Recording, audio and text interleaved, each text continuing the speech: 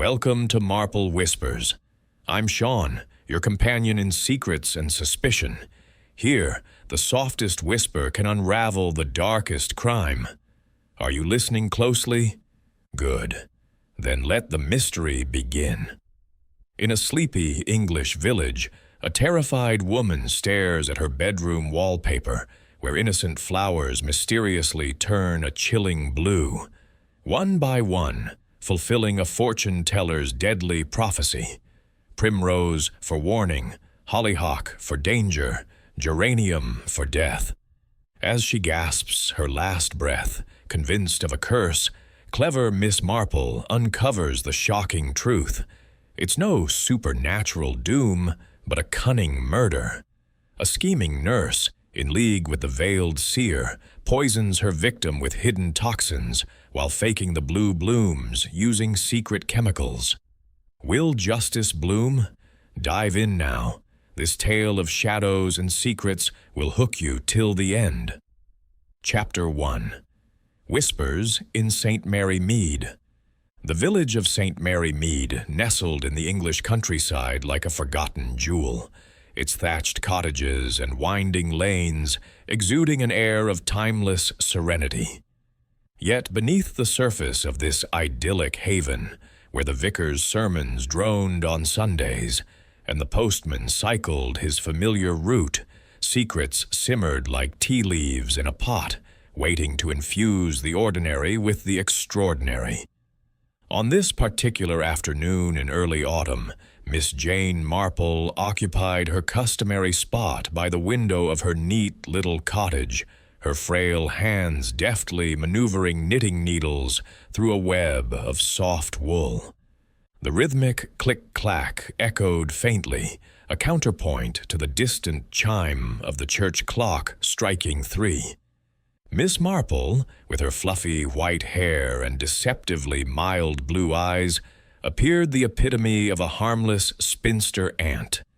But those who knew her, and there were few who truly did, recognized the sharpness lurking behind her spectacles, a mind as keen as a gardener's shears, forever pruning away the superficial to reveal the roots of human folly. She paused mid-stitch, gazing out at the garden where late blooming roses nodded in the breeze, her thoughts drifting to the peculiarities of village life. How often, she mused, did the most innocuous events unravel into tapestries of intrigue? Her reverie shattered with the abrupt swing of the garden gate, followed by hurried footsteps on the gravel path. The door flew open without so much as a knock, admitting Dolly Bantry in a whirlwind of rustling skirts and breathless energy. Dolly, the wife of Colonel Arthur Bantry, and a fixture in St. Mary Mead's social whirl, was a woman of robust figure and even more robust opinions, her face now aglow with the thrill of fresh scandal. "Jane, oh, Jane, you won't believe the half of it," Dolly declared, flinging herself into the nearest chintz-covered armchair with the force of a minor gale. She fanned herself dramatically with a lace handkerchief, her bosom heaving as if she'd sprinted from the manor house itself. Miss Marple laid her knitting aside with deliberate care, her gaze appraising her friend's disheveled hat and the faint smudge of garden soil on her glove, clues to a hasty departure from some outdoor pursuit. "My dear Dolly, you look quite flushed. A cup of tea, perhaps? Or shall we dispense with pleasantries and dive straight into whatever has you in such a state?" Dolly waved off the offer, leaning forward with eyes wide as saucers. "Tea can wait. This is far too deliciously dreadful. It's all about Elmhurst Manor, up on the hill. You know the Pritchards, of course, Colonel George and his wife, Amelia. Well, Amelia's taken a turn for the worse, but not in the way you'd think. She's positively convinced that some supernatural force is out to claim her life. A faint spark of interest flickered in Miss Marple's eyes, though her expression remained one of polite concern. Supernatural, you say? Do elaborate. Mrs. Pritchard has always struck me as a woman prone to flights of fancy, but this sounds beyond the pale. Dolly's voice dropped to a hush, as if the very walls might eavesdrop. It started at the village fete last month. Amelia consulted this enigmatic fortune-teller, Zarita, she calls herself, with a veil and all sorts of mystical airs. The woman peered into her crystal ball, or read her tea leaves, or whatever these charlatans do, and delivered a prophecy straight out of a Gothic novel. Beware the blue primrose, it signals warning. Shun the blue hollyhock, for it brings danger. And the blue geranium, that one spells death. Can you imagine? And now, Amelia insists the flowers on her bedroom wallpaper are transforming before her very eyes, turning that ominous blue just as foretold. Miss Marple's thin lips curved ever so slightly, a gesture that might have been amusement or something more probing. Wallpaper that changed color? It evoked memories of a long-ago incident in her youth, involving a deceptive parlor trick at a country house party. But she kept her reminiscences to herself, instead probing gently. How extraordinary! And what does the colonel make of all this? He strikes me as a man of solid military stock, not one to indulge in occult nonsense. Oh, George is beside himself, poor man, Dolly replied, warming to her tale. He's retired now, you know, after all those years in India, gruff as ever, with that bristling mustache and a bark worse than his bite. But he's utterly devoted to Amelia, fussing over her like a hen with one chick. Then there's their niece, Evelyn, a slip of a girl with wide eyes and a quiet demeanor, come to stay and lend a hand with the invalid. She's the daughter of George's late brother, I believe, orphaned young and quite dependent on them. Miss Marple nodded thoughtfully, filing away the detail of Evelyn's circumstances. Dependency could breed resentment or desperation in the wrong soil. And the household staff? One can't overlook the help in such matters. They see everything. Dolly's nod was vigorous. Precisely. There's Nurse Copling, a formidable creature from some London agency, all starched uniform and clipped efficiency. She's been tending Amelia since that nasty bout of pneumonia last winter left her bedridden. Stern as a schoolmarm, but competent, they say. And the maid, Gladys, oh, she's a nervous little thing, jumping at shadows and spreading tales in the village shop about eerie happenings at the manor. Says the air there feels thick with foreboding, as if the walls themselves are whispering secrets. As Dolly continued, embellishing with villagers' rumors of flickering lights in Elmhurst's upper windows and Amelia's increasingly reclusive habits, Miss Marple's mind began to weave connections. Superstition, in her experience, was a veil drawn over more earthly motives, greed, envy, hidden passions that festered in close-knit families. Why this particular prophecy? And the wallpaper, such a mundane canvas for terror. It hinted at manipulation, a clever hand guiding the illusion. By the time Dolly rose to leave, promising to keep her apprised of any developments, the sun had dipped lower, casting long shadows across the room. Miss Marple retrieved her knitting, but her needles moved absently now. The seeds of a mystery had been sown, and in the fertile ground of St. Mary Mead, they were bound to sprout into something far more tangled than mere gossip. What lay beneath the blooming blues? She would watch and wait for the truth to reveal itself in the subtle shifts of human behavior. Chapter 2. The Shadow of Elmhurst. Elmhurst Manor stood like a sentinel on the edge of St. Mary Mead, its gabled roofs and ivy-draped walls casting an imposing silhouette against the bruised purple of the autumn dusk. The house, once a beacon of genteel prosperity, now seemed to crouch under the weight of unseen tensions, its tall windows glinting like wary eyes. Within its walls, the air was thick with whispers of fear, of prophecy, of something darker stirring beneath the polished veneer of domestic routine. It was here, in this grand yet faintly forlorn residence, that the peculiar drama of the Pritchards unfolded, drawing Miss Jane Marple's sharp attention like a moth to a flame. Inside, the grand staircase creaked under the weight of years, its polished banisters reflecting the flicker of gas lamps that had yet to be replaced by the electric lights sweeping more modern households. The drawing room, with its heavy velvet curtains and mahogany furniture, was a shrine to a bygone era, yet it was the upstairs bedroom of Mrs. Amelia Pritchard that held the heart of the mystery. This room, with its garish wallpaper, a riot of pink primroses, crimson hollyhocks, and scarlet geraniums, had become a stage for an unsettling performance, one that had the entire household on edge. Amelia Pritchard lay propped against a mountain of pillows in her four-poster bed, her thin frame almost swallowed by the starched linens.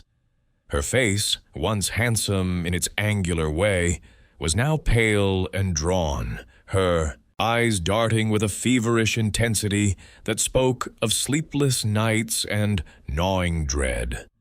At 57, she was not old, yet illness and obsession had aged her, etching lines of worry deep into her brow. Her hands, clutching the embroidered edge of the counterpane, trembled slightly as she fixed her gaze on the wallpaper opposite. "George," she whispered, her voice barely carrying across the room. "It's happening. I told you it would." Colonel George Pritchard stood by the window, his broad shoulders hunched as if bearing a burden heavier than his military campaigns in India. His mustache, a bristling relic of his regimental days, twitched as he turned to his wife, his weathered face a mask of exasperation tempered by affection. "Now, Amelia, don't start with that nonsense again. It's the light playing tricks, nothing more. You've let that wretched fortune-teller get under your skin." Amelia's lips tightened, her eyes flaring with a mix of indignation and fear. "It's not nonsense, George. Look there, that primrose by the bureau. It was pink yesterday, I swear it, and now it's blue. Blue, just as Zarita warned." The colonel crossed the room in 3 strides, his boots thudding on the polished floorboards. He squinted at the wallpaper, his bushy brows knitting together. Indeed, one primrose, nestled among the chaotic floral pattern, had taken on a faint but unmistakable bluish hue. It was subtle, almost imperceptible, unless one looked closely, yet it stood out like a discordant note in a familiar tune. "Well, I'll be damned," he muttered, rubbing his chin. "Must be some chemical in the paper, fading unevenly. Damned shoddy craftsmanship, if you ask me." "It's not craftsmanship," Amelia insisted, her voice rising to a plaintive wail. "It's a sign. Zarita said the blue primrose means warning. Warning, George. And then the hollyhock. And then, oh, heaven help me, the geranium." Before the colonel could respond, the door opened with a soft click, admitting Nurse Mary Copling. She was a tall, angular woman in her early 40s, her starched white uniform crisp as a winter morning, her dark hair pulled tightly into a bun that seemed to mirror her severe demeanor. Her gray eyes, sharp and assessing, flicked from Amelia to the colonel, missing nothing. In her hands, she carried a silver tray bearing a small glass of amber liquid, a tonic, presumably, and a folded cloth. "Mrs. Pritchard, you mustn't excite yourself," Nurse Copling said, her voice clipped yet not unkind, the practiced tone of one accustomed to managing difficult patients. "Your heart is weak enough without these fancies. Here, take your medicine."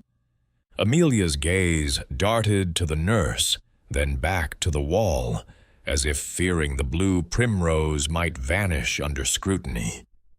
"You see it too, don't you, nurse?" "It's not my imagination. The flowers are changing." Nurse Copling set the tray on the bedside table, her movements precise. "I see a wall, Mrs. Pritchard, and I see you working yourself into a state. Rest is what you need, not omens." She handed Amelia the glass, watching as the older woman sipped it reluctantly, her lips twisting at the bitter taste. Evelyn Pritchard, the colonel's niece, hovered near the door, her slight figure almost lost in the room's grandeur. At 22, she was a delicate creature, with wide hazel eyes and a cascade of chestnut hair that she kept pinned back in a style too severe for her youth.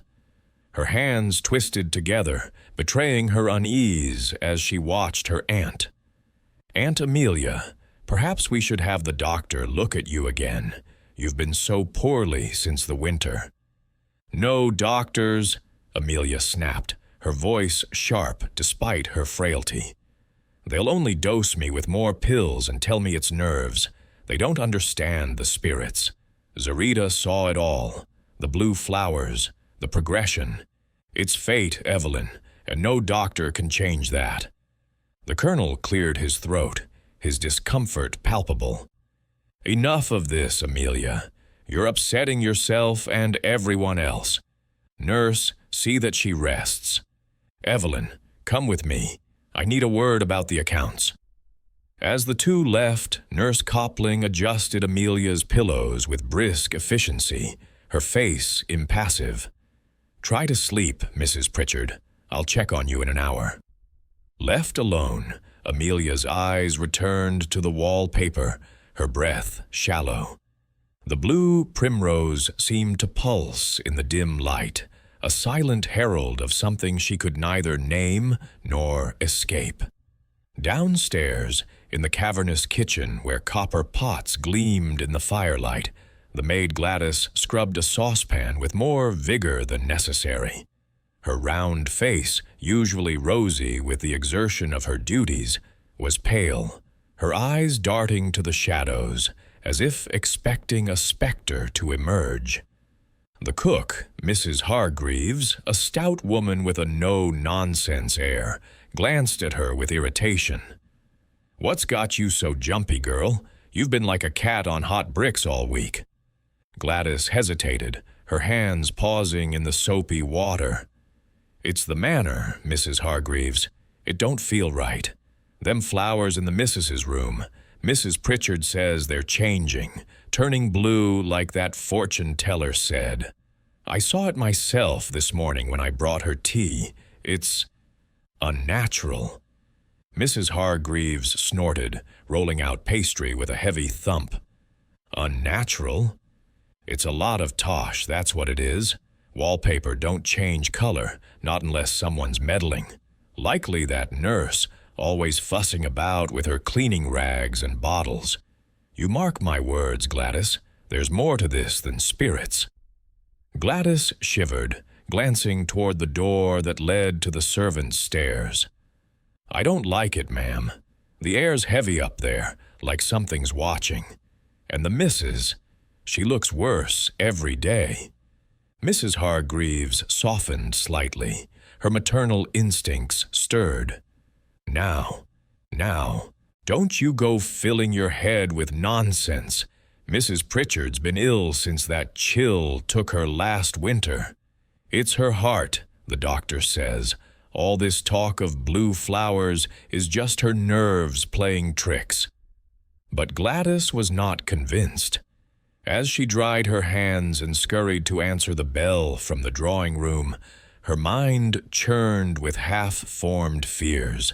She had seen Nurse Copling lingering near the wallpaper, her hands busy with a cloth and a small bottle of something sharp-smelling. And the way the nurse watched Mrs. Pritchard with those cold, calculating eyes, it sent a chill down Gladys's spine. Meanwhile, in the village, news of the Pritchards' peculiar predicament had begun to spread, as gossip does in a place like St. Mary Mead, where a misplaced letter or a stranger's glance could fuel weeks of speculation. Miss Marple, having absorbed Dolly Bantry's breathless account, found herself drawn to the mystery like a needle to a magnet. She donned her best tweed coat and a hat adorned with a single sensible feather, and set out for a stroll that would, quite conveniently, take her past Elmhurst Manor. As she approached the wrought-iron gates, she paused to admire the late blooming asters in the manor's front garden, though her true purpose was to observe. The house seemed quieter than usual, its windows shuttered against the world. A delivery boy cycled past whistling, and Miss Marple seized the opportunity to engage him in conversation, her tone as innocuous as a summer breeze. "Good afternoon, Tommy. Delivering to the manor today?" Tommy, a freckled lad of 15, tipped his cap. "Aye, Miss Marple. Just some linens for Nurse Copling. She's particular about her supplies, she is. Always wants 'em delivered straight to the back door." "Does she now?" Miss Marple's eyes twinkled. "And how's the household faring? I hear Mrs. Pritchard's been unwell." Tommy lowered his voice, glancing at the manor as if it might overhear. "It's a queer place, miss. The maid, Gladys, she says the missus is seeing things. Flowers turning blue on the walls. Gives me the creeps, it does." Miss Marple nodded sympathetically, filing away the boy's words. "How curious. And does Nurse Copling seem concerned about these changes?" "She don't say much," Tommy admitted, "but she's always about, cleaning and fussing. Got a sharp tongue, that one. Told me off for tracking mud in last week." With a smile and a promise of a shilling for his next delivery, Miss Marple sent Tommy on his way. She lingered by the gate, her gaze sweeping the manor's facade. A curtain twitched in an upstairs window. Evelyn, perhaps, or the watchful nurse. The house, she sensed, was a stage, and its players were performing roles they had not yet fully revealed. Back at Elmhurst, the evening settled over the manor like a heavy cloak. The colonel sat in his study, a glass of brandy untouched on the desk before him. His thoughts were a tangle of worry and frustration. Amelia's obsession with the fortune-teller's prophecy had begun to erode the household stability, and he felt powerless to stem the tide. He had dismissed Zarita as a charlatan, a peddler of parlor tricks, yet the blue primrose on the wallpaper gnawed at him. Could it be a trick? A fault in the paper? Or, though he loathed to consider it, something more deliberate? Evelyn knocked softly before entering, her face pale in the lamplight. "Uncle, may I speak with you? It's about Aunt Amelia." The colonel gestured to a chair, his gruffness softened by her evident distress. "What is it, girl? She's not worse, is she?" "Not worse, exactly, but she's so frightened. She barely eats and she won't let me open the curtains. Says the light makes the blue stand out. I'm worried, Uncle. What if there's something to it?" "Nonsense," he barked, though his tone lacked conviction. "It's all in her head. That blasted Zarita's to blame, filling her with this rot. I should have had the woman run out of the village." Evelyn hesitated, then ventured, "Could we replace the wallpaper?" It might calm her. And spend a fortune indulging her fancies? No, Evelyn. We'll weather this. Nurse Copling says it's just a phase, brought on by her weak heart. Evelyn nodded, but her eyes betrayed doubt. As she left the study, she passed Nurse Copling in the hall, carrying a basin of steaming water and a cloth. The nurse's gaze was steady, almost challenging, and Evelyn felt a shiver of unease.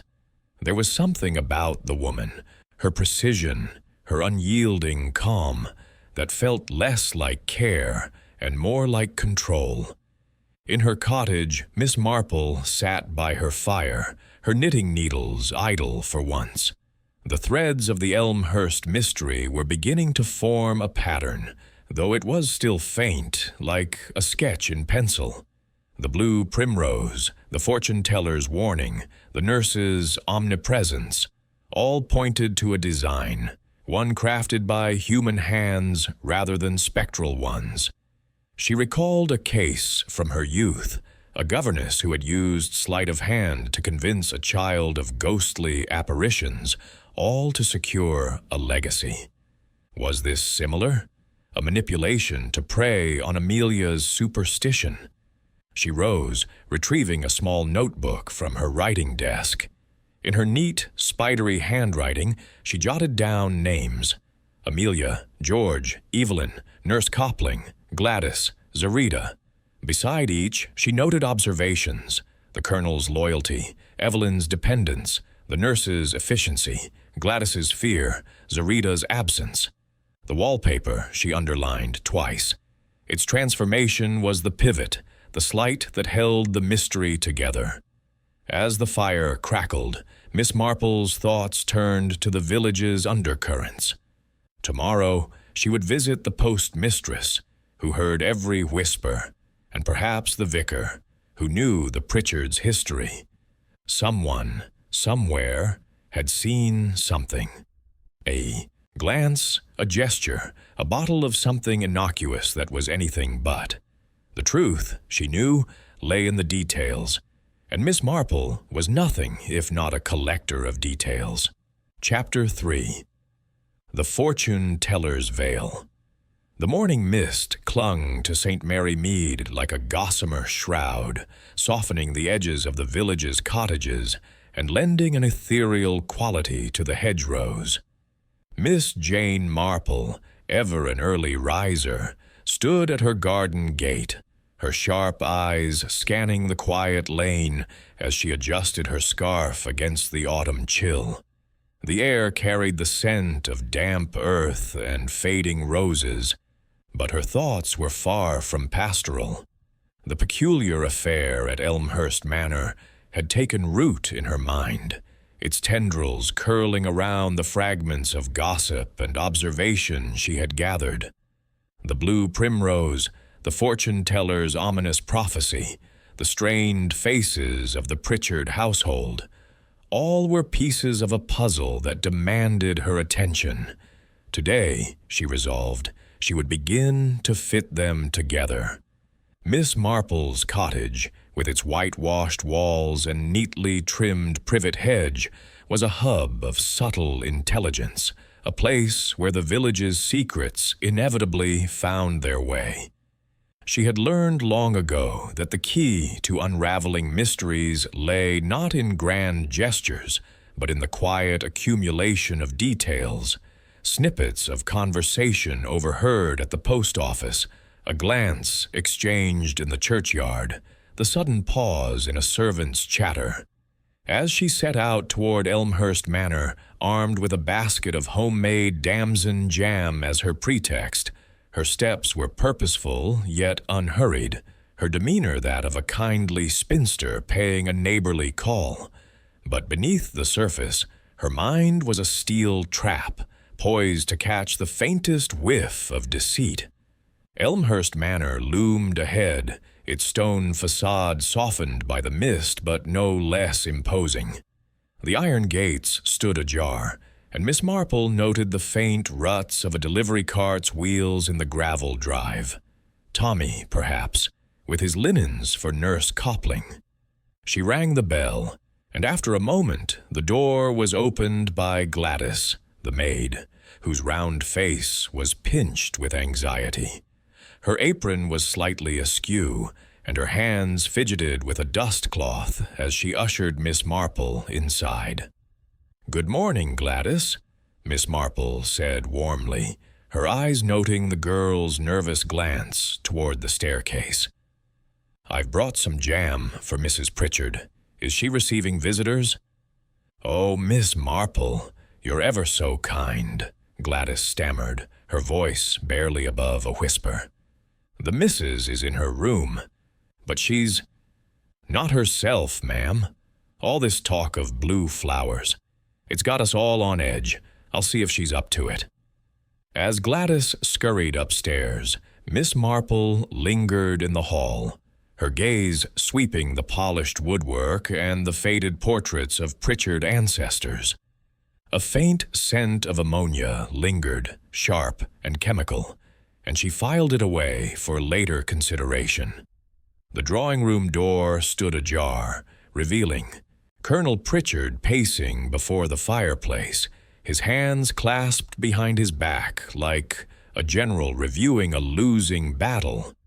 He looked up as Miss Marple entered, his mustache twitching with a mix of surprise and relief. "Miss Marple, is it? Didn't expect to see you here," he said gruffly, though his tone softened as he gestured to a chair. "Amelia speaks well of you, says you've a knack for seeing through things." Miss Marple smiled modestly, settling into the chair with her basket on her lap. "I'm merely a neighbor, Colonel, concerned for Mrs. Pritchard's health. I hear she's been distressed by this prophecy." The Colonel snorted, his face reddening. "Prophecy? A lot of damned nonsense, if you ask me. Some gypsy woman at the fete, calling herself Zarita, filled Amelia's head with rot about blue flowers and death. And now she's seeing things, says the wallpaper's changing. It's her nerves, nothing more." "Perhaps," Miss Marple said mildly, her eyes drifting to a small photograph on the mantelpiece. A younger Amelia, radiant and smiling, arm in arm with the colonel in his regimental uniform. "But it's curious, don't you think? Wallpaper doesn't change color without reason. Has anyone else noticed it?" The colonel hesitated, his fingers drumming on the arm of his chair. "Evelyn's seen it, though she's too sensible to make a fuss. And Nurse Copling, well, she says it's all in Amelia's head. I'm inclined to agree, but—" He trailed off, his gaze flickering to the door as if expecting an interruption. Before Miss Marple could press further, Gladys returned, her cheeks flushed. "Mrs. Pritchard will see you, ma'am, but she's weak today. Nurse Copling says not to tire her." Miss Marple nodded, rising with a grace that belied her years. "Thank you, Gladys. I shan't be long." Upstairs, Amelia Pritchard's bedroom was a study in contrasts. The opulent four-poster bed and heavy brocade curtains clashed with the garish wallpaper, its riotous flowers seeming to pulse in the dim light of a single lamp. Amelia lay propped against pillows, her face ashen, her eyes fixed on the wall opposite. The blue primrose, stark against its pink neighbors, seemed to mock her with its silent presence. "Miss Marple," Amelia whispered, her voice frail but urgent. "You've come about the flowers, haven't you? You've heard what Zarita said." Miss Marple settled into a chair beside the bed, her basket placed carefully on the floor. "Indeed, Mrs. Pritchard, Mrs. Bantry mentioned your distress. I'd like to hear more about this Zarita, if you don't mind." Amelia's hands plucked at the counterpane, her eyes darting to the wallpaper as if it might shift before her. She came to the fete in July, set up a tent near the churchyard. A strange woman, dark eyes, a voice like velvet, but with a sharpness, like she knew things. She read my palm, then the cards, and said the stars were misaligned. "Beware the blue primrose," she told me. "It's a warning. The blue hollyhock brings danger, and the blue geranium, death." I laughed it off at first, but then I saw it. The primrose, blue as a bruise, right there. She pointed, her finger trembling. Miss Marple leaned forward, her gaze following Amelia's to the wall. The blue primrose was unmistakable, its hue unnatural against the faded pinks and reds. She rose, adjusting her spectacles, and examined it closely, noting a faint sheen, almost waxy, that set it apart from the surrounding paper. "Most curious," she murmured. "And when did you first notice the change?" "3 days ago," Amelia replied, her voice barely audible. "I woke at dawn, and there it was. George says it's my imagination, but I know what I see. And Zarita, she knew. She saw my fate." Miss Marple returned to her seat, her mind racing. The wallpaper's transformation was no mere trick of light. It suggested a deliberate act, though its purpose remained elusive. "Did anyone else consult Zarita at the fete?" she asked gently. Amelia hesitated, then nodded.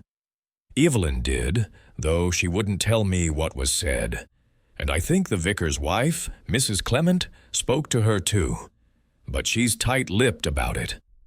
Before Miss Marple could inquire further, the door opened and Nurse Mary Copling entered, her starched uniform rustling like dry leaves.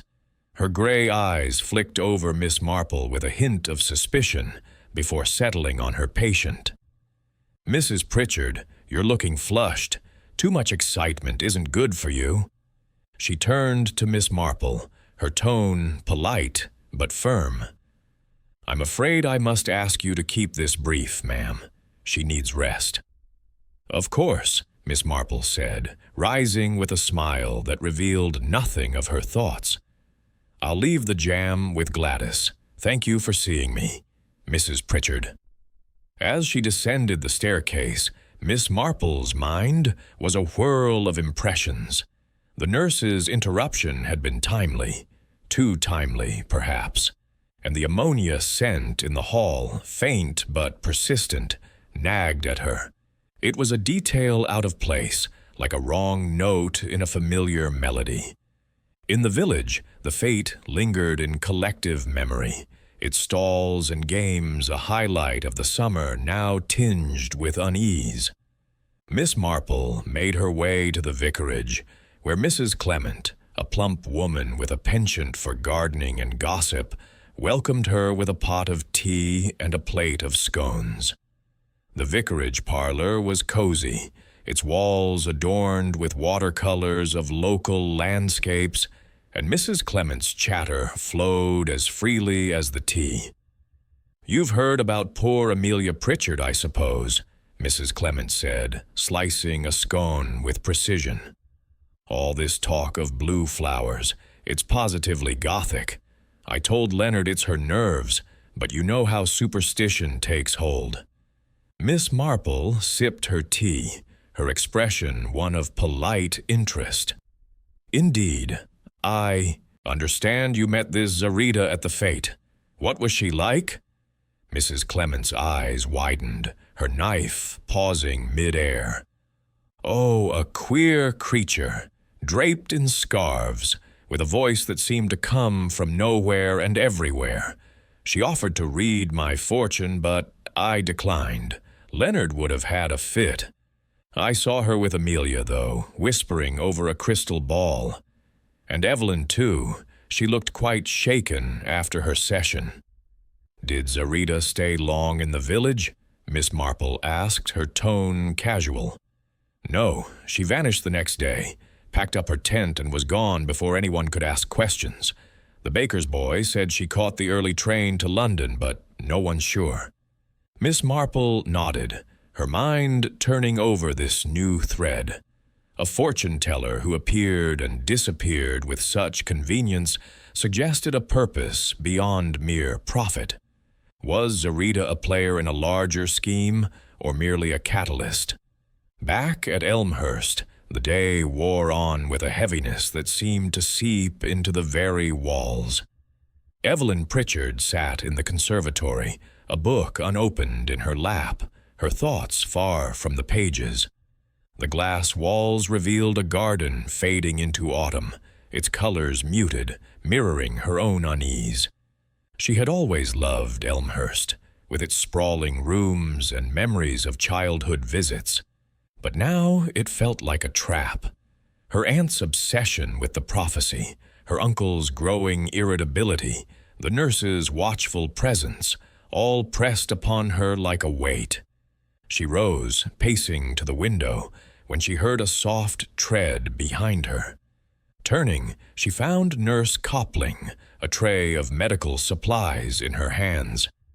"Miss Evelyn, you look pale. Are you unwell?" Evelyn forced a smile. "Just worried about Aunt Amelia. She's so convinced by this prophecy." The nurse's lips thinned, her eyes narrowing slightly.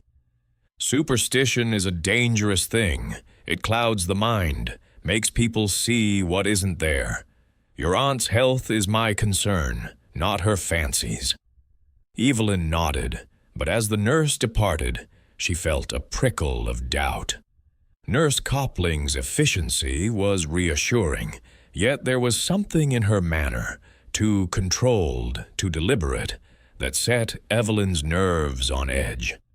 That evening, Miss Marple sat by her fire, her knitting untouched as she reviewed her notes. The blue primrose was no accident. Its chemical sheen suggested tampering, perhaps with litmus or a similar reactive substance. The ammonia scent, the nurse's omnipresence, Zarita's timely disappearance, all pointed to a design, one crafted to exploit Amelia's fears. But to what end? Financial gain? Revenge? Something deeper? She recalled a case from her youth, a fraudulent medium who had preyed on a widow's grief, using hidden mechanisms to create ghostly apparitions. This felt similar, yet more sinister. The wallpaper was the key, a stage for a performance meant to terrify. But who was the director? Miss Marple resolved to visit the village shop tomorrow, where Gladys's chatter might yield more clues. The maid's fear, the nurse's bottles, the colonel's denial, all were threads in a tapestry that was beginning to take shape. And somewhere, in the shadows of Elmhurst Manor, the truth waited to be unraveled. Chapter 4. The Creeping Blue. The days following Miss Marple's visit to Elmhurst Manor were cloaked in an uneasy hush, as if St. Mary Mead itself held its breath, awaiting the next turn in the strange drama, unfolding within the manor's ivy-clad walls. The village, with its tidy cottages and bustling high street, carried on its daily rhythms. Milk bottles clinked on doorsteps. The postman's whistle echoed down the lanes. But beneath this veneer of normalcy, whispers of the Pritchards' plight spread like wildfire. The tale of the blue primrose had taken on a life of its own, embellished with each retelling, and the villagers cast furtive glances toward Elmhurst, where the specter of prophecy loomed larger with each passing day. Miss Jane Marple, however, was not one to be swayed by gossip's fevered imaginings. She sat in her garden, a shawl draped over her shoulders against the October chill, her knitting needles moving with their usual precision as she pondered the threads of the mystery. The blue primrose was no mere illusion, she was certain. Its chemical sheen suggested a deliberate act, one designed to prey on Amelia Pritchard's superstition. But the motive remained elusive, hidden in the shadows of the household's dynamics. Was it greed, revenge, or something more personal? And who among the manor's inhabitants, or perhaps beyond its walls, had the cunning to orchestrate such a scheme. Her thoughts were interrupted by the arrival of Dolly Bantry, who swept into the garden with her usual exuberance, her hat slightly askew, and her cheeks flushed from a brisk walk. "Jane, it's worse than ever up at Elmhurst," she announced, collapsing onto a wrought iron bench with a dramatic sigh. "Amelia's in a state, and now there's talk of another flower changing. The hollyhock, this time. The whole village is buzzing. Mrs. Price at the shop says it's a curse, and the vicar's wife is planning a prayer circle." Miss Marple's lips twitched in a faint smile, though her eyes remained sharp. "A hollyhock, you say? How very precise? And what does Colonel Pritchard make of this new development?" Dolly leaned forward, her voice dropping to a conspiratorial whisper. "He's furious, of course, but worried too. I saw him at the post office this morning, looking like he hadn't slept in days. He says Amelia's refusing food, convinced the blue hollyhock means danger's coming next. That nurse of hers, Copling, keeps dosing her with tonics, but it's not helping. And Evelyn, poor thing, is at her wit's end." Miss Marple nodded, her needles pausing mid-stitch. "And the maid, Gladys? She seems a sensitive soul, easily swayed by atmosphere." "Oh, Gladys is terrified," Dolly replied, her eyes wide. "She told Mrs. Hargreaves she saw the hollyhock herself, blue as a sapphire, right there on the wallpaper. Says the house feels wrong, like it's watching her. Honestly, Jane, it's like something out of a penny dreadful." "Or a carefully crafted illusion," Miss Marple murmured, her mind turning to the ammonia scent she had noted in the Manor's hall. "I think, Dolly, it's time I paid another call on Elmhurst. These flowers are blooming rather too conveniently." At Elmhurst Manor, the air was thick with tension, as if the walls themselves absorbed the growing dread. Amelia Pritchard lay in her bed, her eyes hollow, and her hands clutching a rosary, its beads clicking softly as she muttered prayers. The room was dim, the heavy curtains drawn to block the pale autumn light, and the wallpaper seemed to loom larger than ever, its vibrant blooms now a sinister backdrop to her fears. "George, it's true," she whispered, her voice barely audible, as Colonel Pritchard stood by her bedside, his face etched with worry. "The hollyhock, it's blue now. Zarita said danger and it's here. I can feel it." The colonel, his military bearing strained to the breaking point, ran a hand through his thinning hair. "Amelia, for heaven's sake, it's just wallpaper. I've looked at it myself. Yes, there's a blue patch, but it's got to be some trick of the dye. I'll have the whole lot torn down if it'll calm you." "No!" Amelia's voice rose, sharp with panic. "You can't. It's part of the prophecy. If you disturb it, it'll hasten the end." Before the colonel could respond, Nurse Mary Copling entered, her starched uniform a stark contrast to the room's gloom. She carried a tray with a syringe and a small vial, her movements precise as a clock's. "Mrs. Pritchard, this excitement is doing you no good," she said, her tone firm but not unkind. "Your heart can't take it. I've prepared a sedative to help you rest." Amelia shrank back, her eyes darting to the nurse. "No more medicines, please. They make me feel worse." The colonel's jaw tightened. "Nurse, she's had enough for now. Let her be." Nurse Copling's lips thinned, but she set the tray aside without argument. "As you wish, Colonel. But I must insist she avoids further strain. These fancies are wearing her down." As the nurse left, Evelyn slipped into the room, her face pale and her hands twisting together. "Aunt Amelia, you must try to eat something. Mrs. Hargreaves made broth. It's still warm.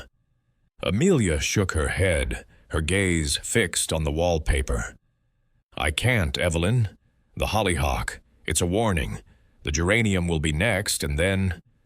Her voice broke, and she buried her face in her hands.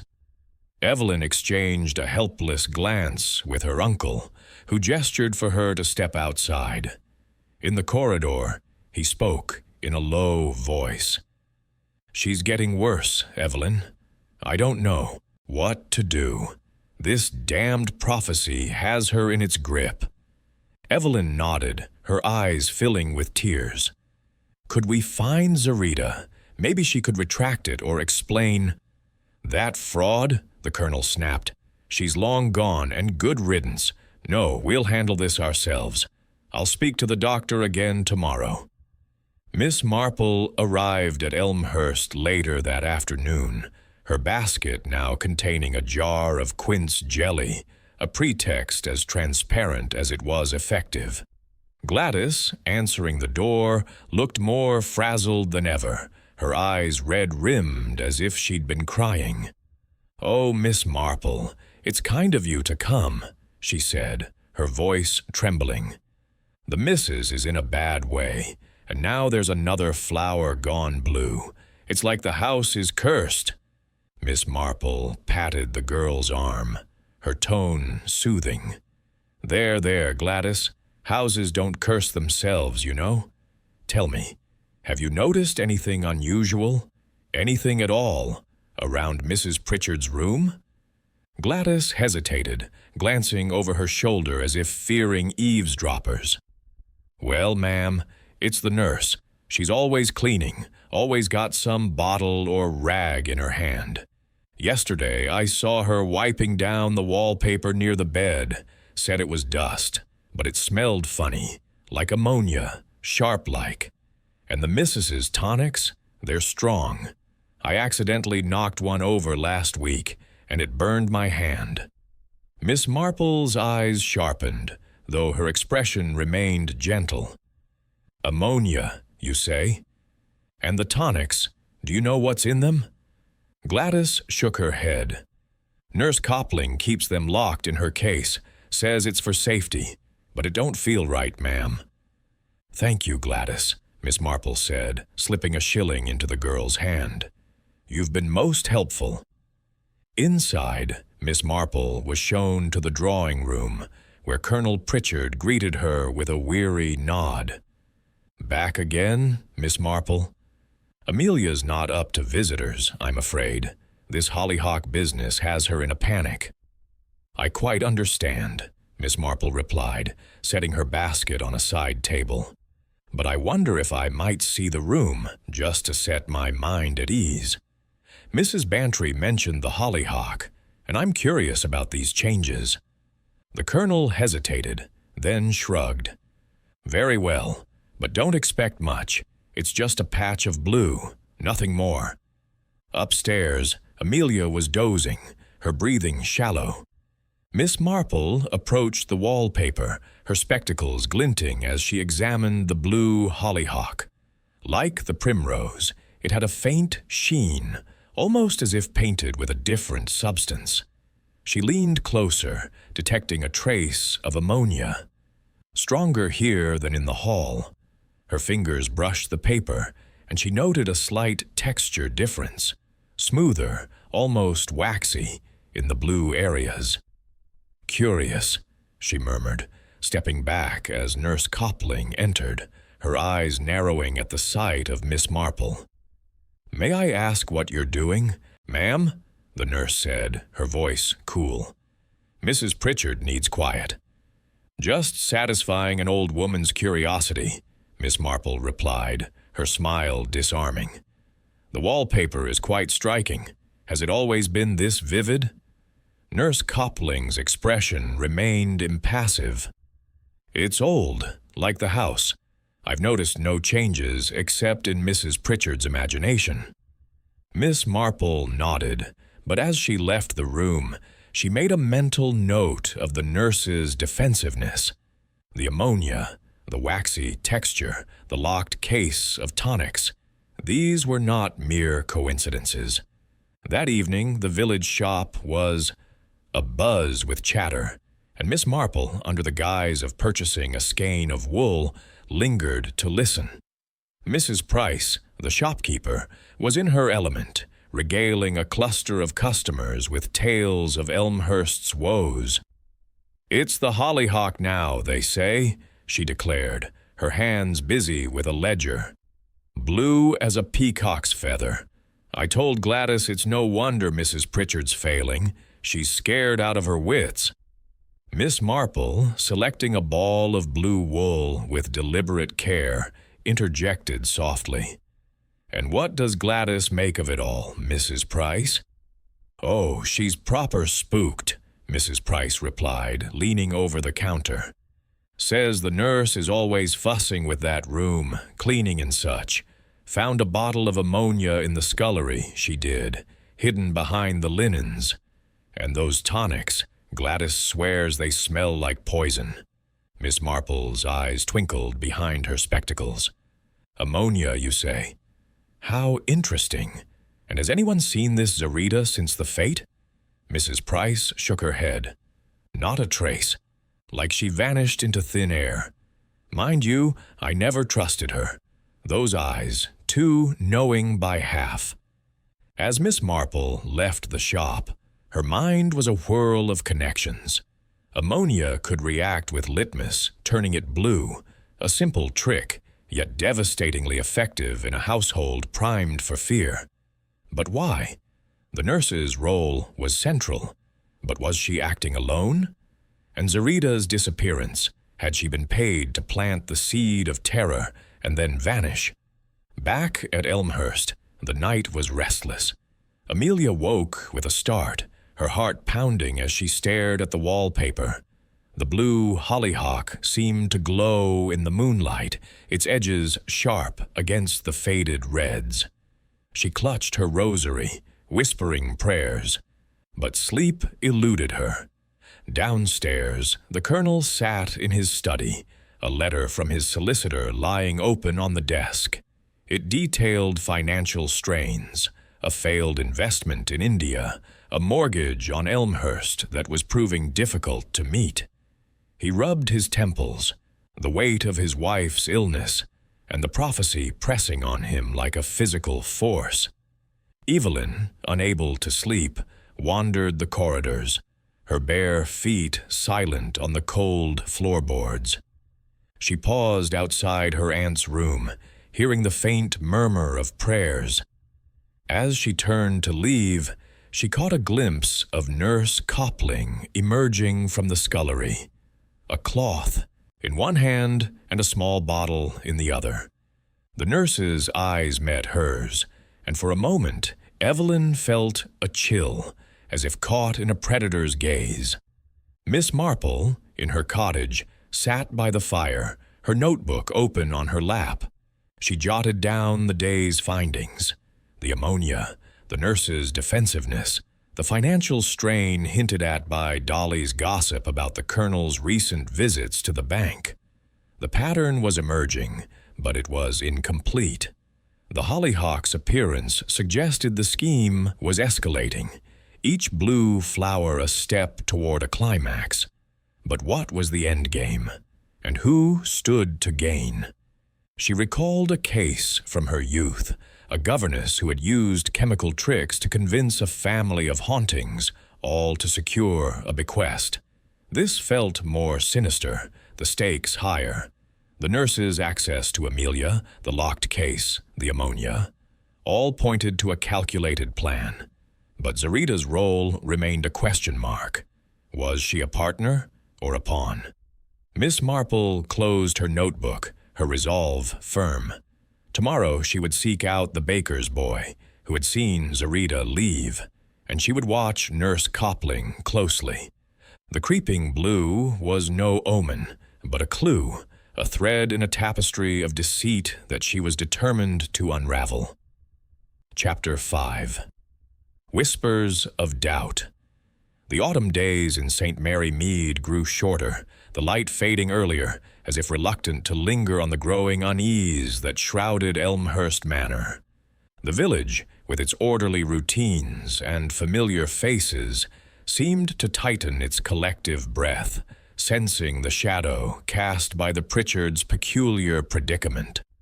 The tale of the blue hollyhock had spread from the shop to the churchyard, each retelling adding a layer of dread, yet Miss Jane Marple remained steadfastly immune to the hysteria. She sat in her parlor, the fire casting a warm glow on the walls, her knitting needles idle as she turned over the pieces of the puzzle.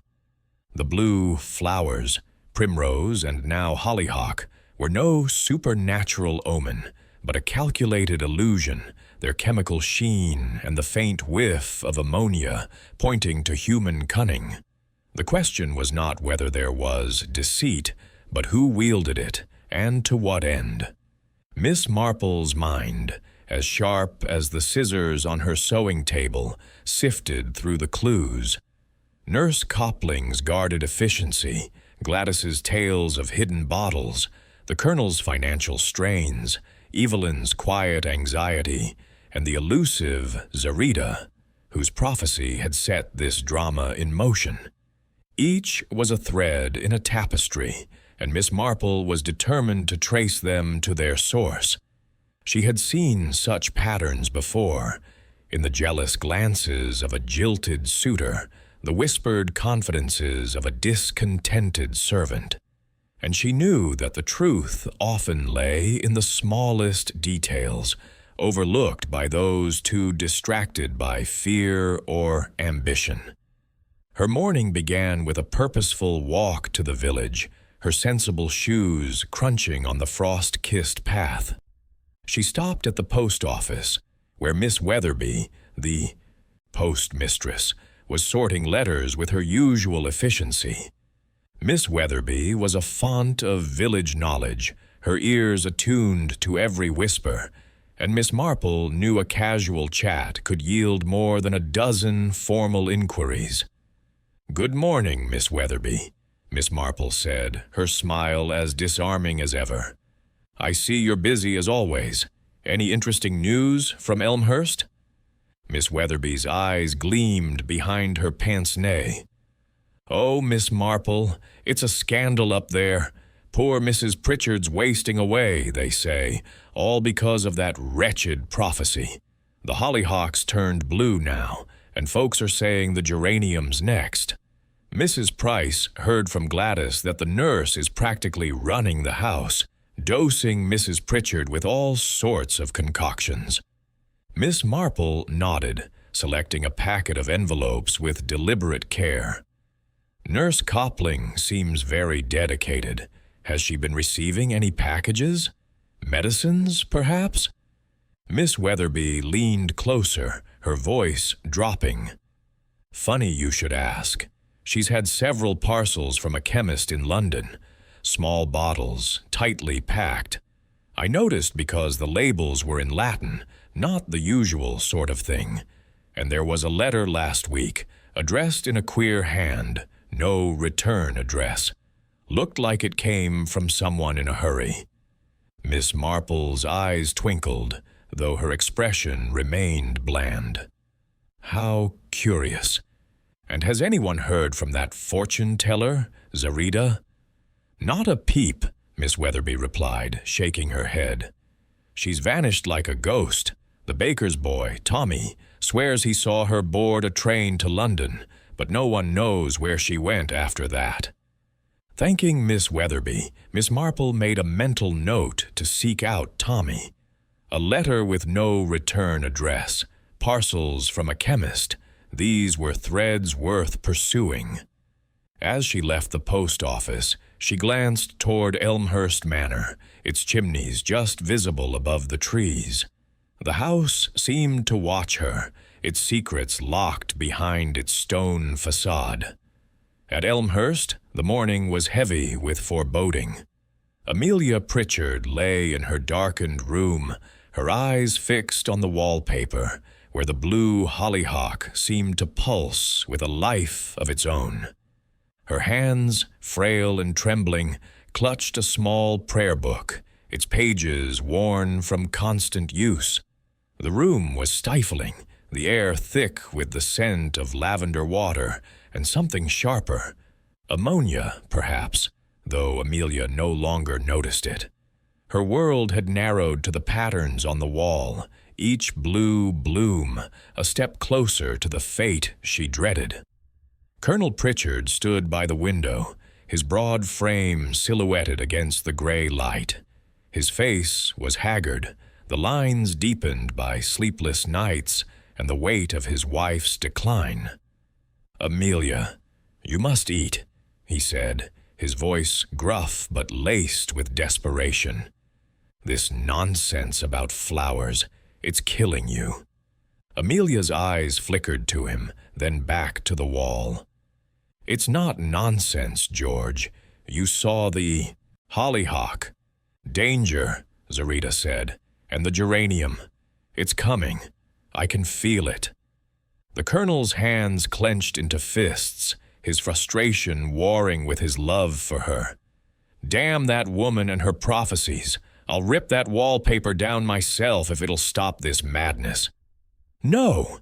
Amelia's voice was a sharp cry, startling in its intensity. "You can't. It's part of the warning. If you tamper with it, it'll bring the end faster." Before the colonel could argue, Nurse Mary Copling entered, her starched uniform a stark contrast to the room's gloom. She carried a tray with a glass of cloudy liquid, her movements as precise as a metronome. "Mrs. Pritchard, you're upsetting yourself again," she said, her tone calm but edged with authority. "This tonic will help steady your nerves. Colonel, perhaps you'd step out. She needs quiet." The colonel hesitated, his jaw tightening, but he nodded and left, his boots heavy on the floorboards. Nurse Copling handed Amelia the glass, watching as she sipped it reluctantly, her face twisting at the bitter taste. "Good," the nurse said, her eyes unreadable. "Now rest. I'll check on you later." As the nurse departed, Evelyn slipped into the room, her face pale and her hands clasped tightly. "Aunt Amelia, please try to rest. You're making yourself ill." Amelia's gaze softened, but her voice was resolute.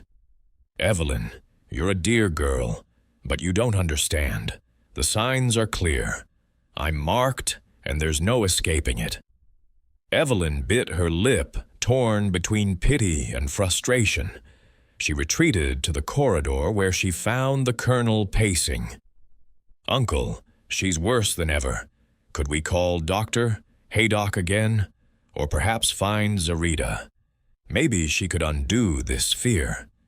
The colonel's face darkened. "That fraud's long gone, and I won't waste time chasing her. The doctor's coming tomorrow. We'll get to the bottom of this, Evelyn. I swear it." Miss Marple's second visit to Elmhurst that afternoon was prompted by a note from Dolly Bantry, who had heard of the blue hollyhock from Mrs. Hargreaves, the cook. Armed with a small tin of homemade biscuits, Miss Marple was admitted by Gladys, whose nervous demeanor had grown more pronounced. The maid's hands trembled as she took the tin, her eyes darting toward the staircase. "It's awful, Miss Marple," Gladys whispered. "The missus barely speaks now, just stares at that wall. And the nurse, she's always there, watching like a hawk. I saw her with another bottle this morning, tucked in her apron. Smelled like that ammonia again." Miss Marple's expression was one of gentle concern, but her mind was alert. "Thank you, Gladys. You're very observant. Have you noticed anything else? Perhaps visitors or unusual deliveries?" Gladys hesitated, then leaned closer. "There was a man at the back gate yesterday, asking for the nurse, rough-looking, not from the village. She sent him away. Quick, but he left a parcel, small, wrapped in brown paper." Miss Marple nodded, her thoughts racing. A mysterious visitor, a parcel, the persistent ammonia. The pieces were aligning, though the picture remained incomplete. She was shown to the conservatory, where Evelyn sat alone, a shawl draped over her shoulders. The young woman's face was drawn, her eyes shadowed with worry. "Miss Marple, it's kind of you to come," Evelyn said, rising to greet her. "Aunt Amelia's so ill, and this prophecy, it's consuming her." Miss Marple settled into a wicker chair, her gaze soft but probing. "Your aunt is fortunate to have you, my dear. Tell me, how long has Nurse Copling been with you?" "Since last winter," Evelyn replied, her fingers twisting the edge of her shawl. "After Aunt Amelia's pneumonia, Uncle hired her from a London agency. She's efficient, but stern. Aunt relies on her, but I sometimes wonder if she's too controlling." Miss Marple nodded, her mind noting the word controlling. "And the fortune-teller, Zerida, did you find her predictions compelling?" Evelyn flushed, her eyes dropping. "I consulted her at the fete. Yes, she said I'd find love soon, which seemed silly at the time. But she had a way about her, like she could see into you. I didn't tell Aunt, not wanting to worry her." Miss Marple's smile was encouraging. "Quite understandable. And have you noticed anything unusual about the household, perhaps with the nurses' routines?" Evelyn hesitated, then spoke softly. "She's very particular about Aunt's medicines, keeps them locked in a case, says it's to prevent mistakes. But last night I saw her in the scullery, pouring something into a bottle. It smelled sharp, like cleaning fluid." Miss Marple's eyes sharpened, though her voice remained gentle. "How interesting. And the wallpaper, have you seen the changes yourself?" Evelyn nodded, her voice barely audible. "Yes, the hollyhock is blue now. It's eerie, Miss Marple. I don't know what to think." As Miss Marple took her leave, she paused in the hall, catching a glimpse of Nurse Copling descending the stairs, her face impassive, but her eyes alert. The nurse's gaze met hers, and for a moment Miss Marple felt the weight of scrutiny, as if the nurse sensed her probing. With a polite nod, Miss Marple departed, her mind buzzing with new connections. That evening, Miss Marple sought out Tommy, the baker's boy, who was delivering loaves to the village inn. He was a lanky youth, his cap perpetually askew, and he grinned at the sight of Miss Marple, expecting another shilling for his tales. "Evening, Miss Marple," he said, balancing a basket of bread on his hip. "Heard you're asking about Elmhurst. Spooky goings-on, ain't there?" "Indeed, Tommy," Miss Marple replied, her tone warm but purposeful. "I understand you saw Zerida leave after the fete. Can you tell me anything about her?" Tommy scratched his head, his grin fading. I saw her at the station, early morning after the fete. She was in a hurry, carrying a small case like she didn't want to be seen. Caught the London train, but she wasn't alone. There was a woman with her, older, dressed plain. They didn't talk much, but they seemed familiar, like. Miss Marple's heart quickened, though her face betrayed nothing. "How interesting. And did you notice anything else, perhaps about Nurse Copling's deliveries?" Tommy's eyes widened. "Funny you mention her. I delivered a parcel to her last week from that same chemist in London. Heavy for its size, smelled like medicine. She snatched it quick, like she didn't want me lingering." Thanking Tommy with a coin, Miss Marple returned to her cottage, her mind a whirl of possibilities. A companion to Zerida, a parcel from a chemist, the ammonia scent. These were not random. She recalled a case from years ago, a housekeeper who had used chemical tricks to frighten her employer into altering a will. This felt more complex, the stakes higher, but the method was similar. Fear as a weapon, wielded with precision. At Elmhurst, the night was fraught with tension.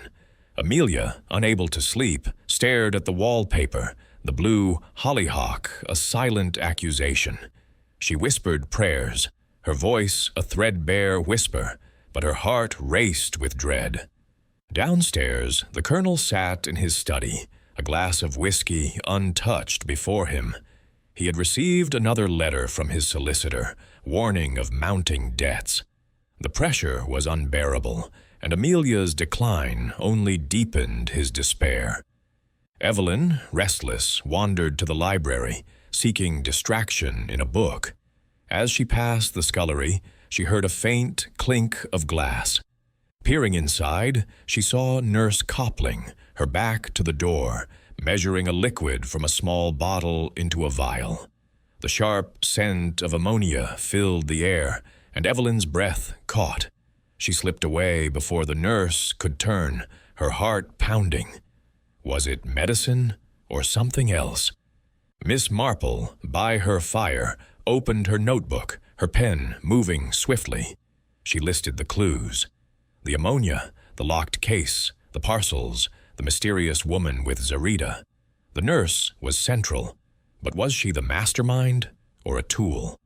And the financial strain, did it play a role or was it a distraction? The blue hollyhock was a step toward something final, and Miss Marple feared the geranium's appearance would bring the climax. She resolved to act quickly. Tomorrow she would visit the chemist in London, using a pretext of her own.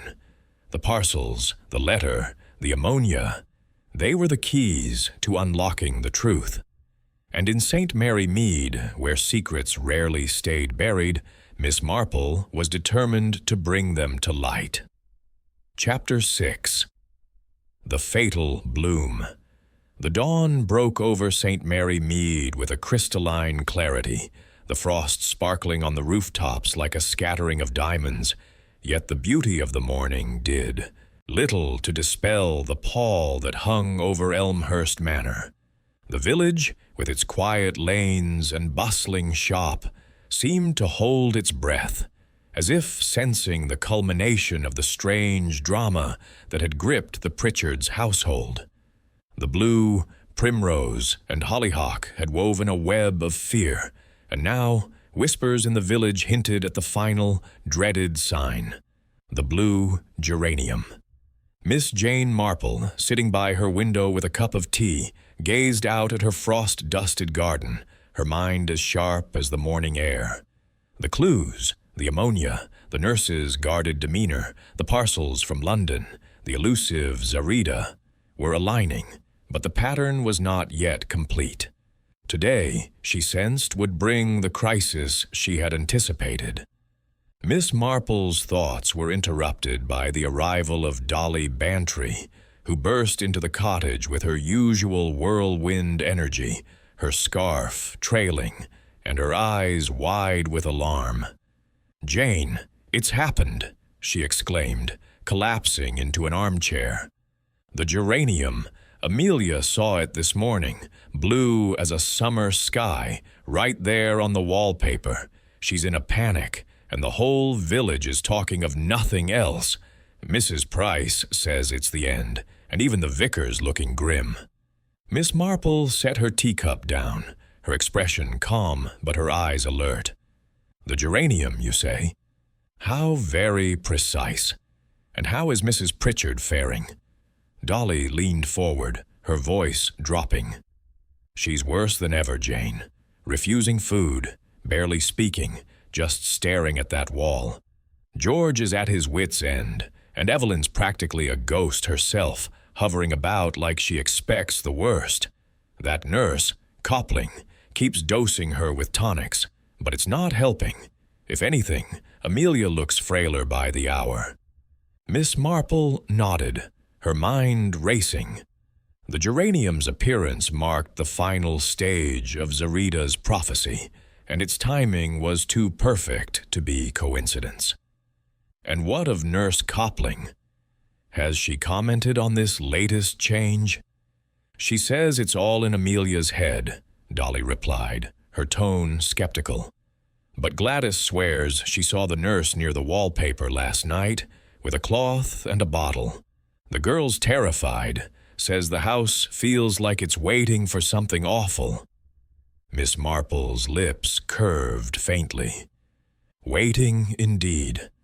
I think, Dolly, I must see this geranium for myself. The truth is often hidden in plain sight. At Elmhurst Manor, the morning was a tableau of dread. Amelia Pritchard lay in her four-poster bed, her face ashen, her eyes fixed on the wallpaper with a feverish intensity. The blue geranium, stark against the faded reds and pinks, seemed to pulse in the dim light, its petals a silent accusation. Her hands clutched a crumpled handkerchief, and her breath came in shallow gasps, as if the air itself were tainted. "George, it's here," she whispered, her voice trembling. "The geranium. Blue, just as Zarita said. Death. It's come for me." Colonel Pritchard stood by her side, his broad frame rigid with frustration and fear. His mustache quivered as he struggled to find words to soothe her. "Amelia, for God's sake, it's just a patch of color. I'll have the damned paper stripped today if it'll stop this nonsense." "No!" Amelia's cry was sharp, almost a scream. "You can't. It's too late. The prophecy is complete. I'm doomed, George." Before the colonel could respond, the door opened, and Nurse Mary Copling entered, her starched uniform crisp as ever. She carried a tray with a syringe and a small vial, her movements deliberate, her gray eyes scanning the room. "Mrs. Pritchard, this agitation will do you no good," she said, her tone calm but firm. "Your heart is weak. You must rest. I've prepared a sedative." Amelia shrank back, her eyes wide with terror. "No more medicines. They make me worse. I can feel it." The colonel's jaw tightened. "Nurse, she's had enough for now. Let her be." Nurse Copling's lips thinned, but she set the tray aside, her gaze lingering on Amelia. "As you wish, Colonel. But I must warn you, her condition is deteriorating. Excitement could be fatal." As the nurse left, Evelyn slipped into the room, her face pale and her hands trembling. "Aunt Amelia, please try to calm yourself. We're here with you." Amelia's gaze softened, but her voice was resolute. "You're a good girl, Evelyn, but it's no use. The geranium has bloomed. It's the end."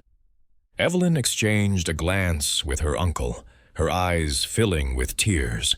She retreated to the corridor, where she found Gladys hovering, her face a mask of fear. "Miss Evelyn, it's true," the maid whispered. "I saw it. The geranium, blue as anything. And the nurse was there last night, wiping the wall. I swear she's up to something." Evelyn's heart sank, but she nodded, her resolve hardening. "Stay close, Gladys. We need to watch her." Miss Marple arrived at Elmhurst that afternoon, her basket now containing a jar of elderberry cordial, a pretext as flimsy as it was effective. Gladys, answering the door, looked on the verge of tears, her apron twisted in her hands.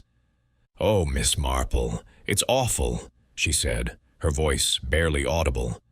"The geranium's blue now, and the missus, she's given up, says she's going to die." Miss Marple patted the girl's arm, her tone soothing. There, Gladys. Fear can be a powerful thing, but it's often a mask for something else. Tell me, have you seen anything more of Nurse Copling's activities?" Gladys hesitated, then leaned closer. "Last night I saw her in the scullery, mixing something in a bottle. Smelled like that ammonia again, but stronger. And she had a piece of paper, looked like wallpaper, but it was wet, like she'd been painting it." Miss Marple's eyes sharpened, though her expression remained gentle. "How very interesting. And this paper, did you see where she put it?"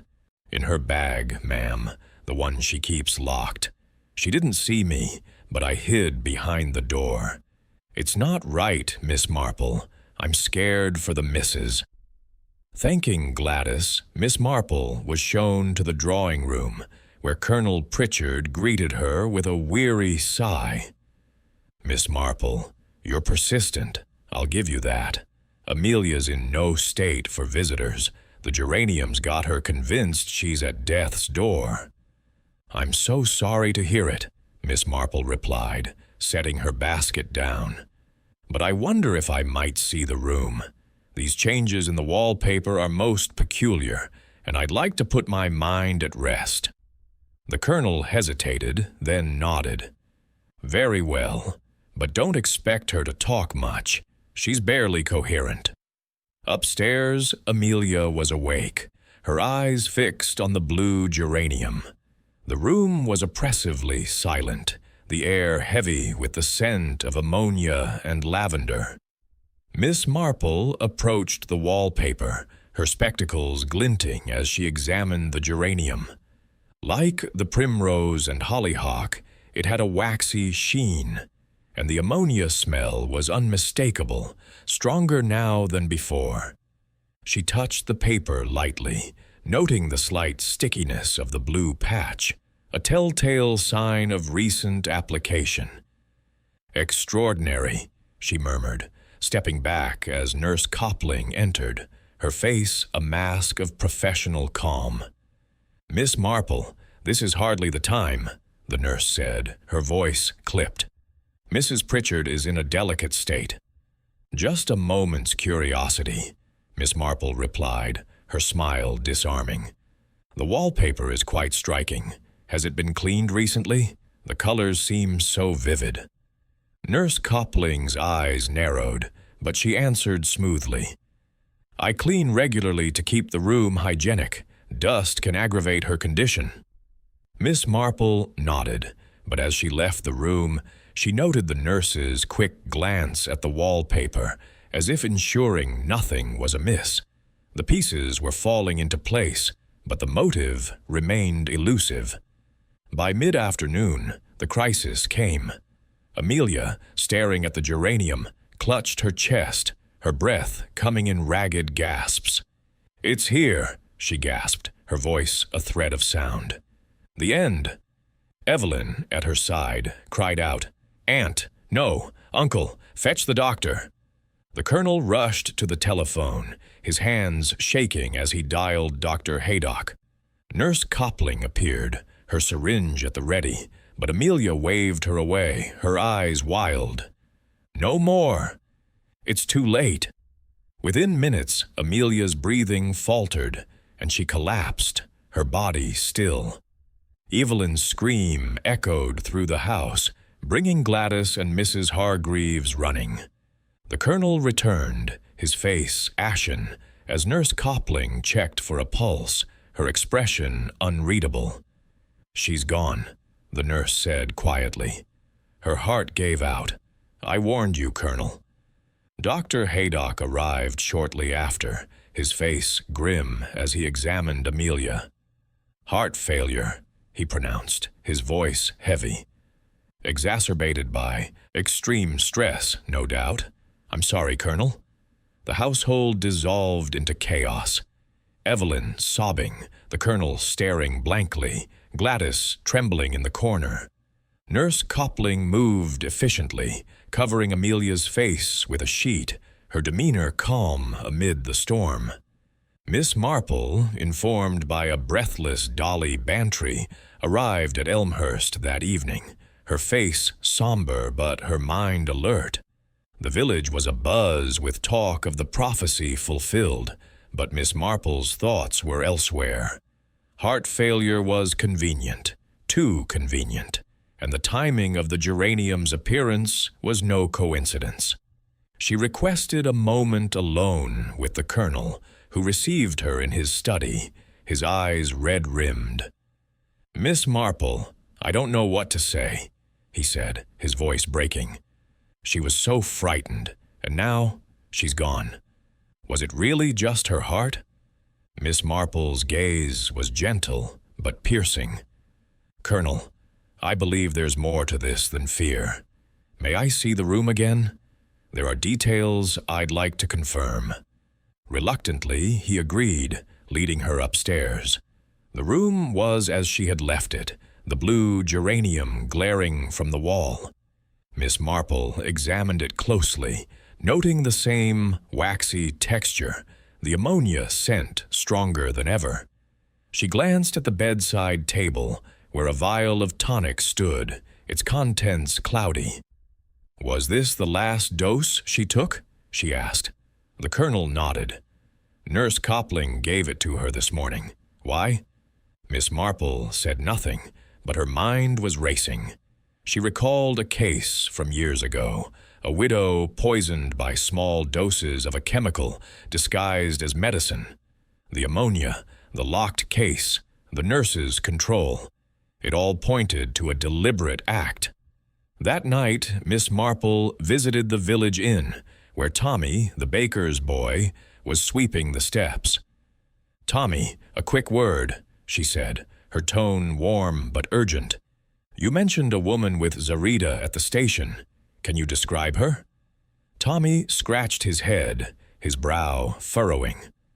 "Older, ma'am, maybe 40, tall, thin, with dark hair pinned up tight, dressed plain, but she had a sharp look, like she was in charge." Miss Marple's heart quickened. The description matched Nurse Copling too closely to be coincidence. "And the parcels for the nurse, any more details?" "Just the one, ma'am, from that chemist. Had a red seal, like it was special, smelled strong, like medicine, but not the usual kind." Thanking Tommy, Miss Marple returned to her cottage, her notebook open before her. She wrote, "Nurse Copling, possible connection to Zarita, ammonia, litmus, tonics, poison?" The geranium's appearance had triggered Amelia's collapse, but the true cause lay elsewhere. Hexamethylene-tetramine, she recalled, could release formaldehyde when heated, a subtle poison, undetectable in small doses. And the heater in Amelia's room, always on to keep her warm. Miss Marple closed her notebook, her resolve firm. Tomorrow she would confront the nurse, but first she needed evidence. The chemist in London, the parcels, the mysterious woman, they were the keys to unraveling the fatal bloom. Chapter 7. Threads Unraveling. The aftermath of Amelia Pritchard's death draped St. Mary Mead in a somber veil, the village's usual hum subdued, as if mourning alongside Elmhurst Manor.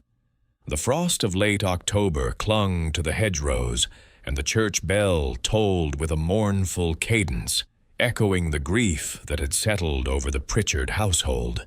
Yet, beneath the surface of collective sorrow, Miss Jane Marple sensed a current of something darker, a meticulously woven web of deceit that had culminated in tragedy. Sitting by her parlor fire, her knitting needles silent for once, she turned over the clues that had accumulated like leaves in an autumn storm.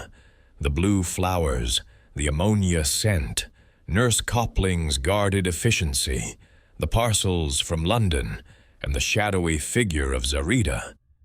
The geranium's appearance had been the final act, but Miss Marple was certain it was no omen, but rather a deliberate stroke in a sinister design.